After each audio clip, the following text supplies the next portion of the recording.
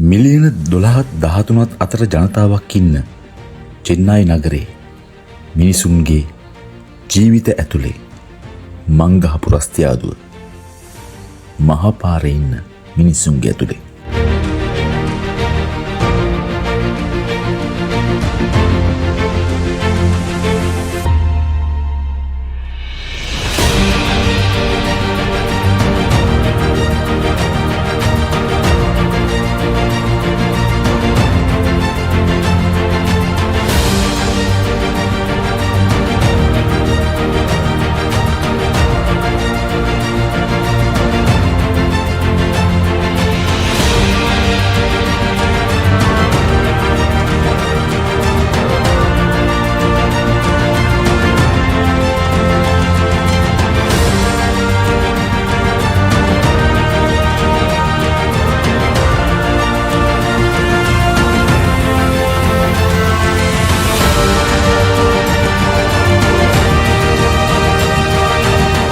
සද්ද ගොඩක් එක්ක හැමතිස්සෙම වේගෙන් දුවන නගරයක්.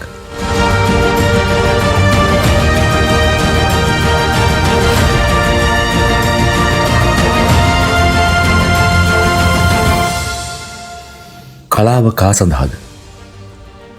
මං හැමතිස්සෙම හිතන දෙයක්.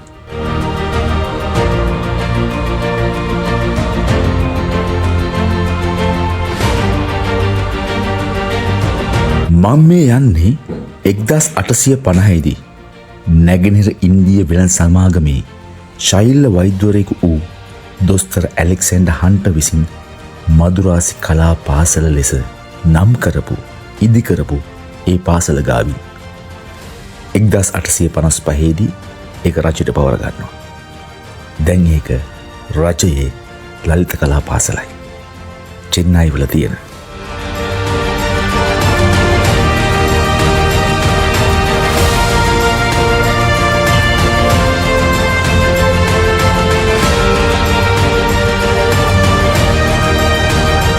රස්තියාදුව කියන්නෙම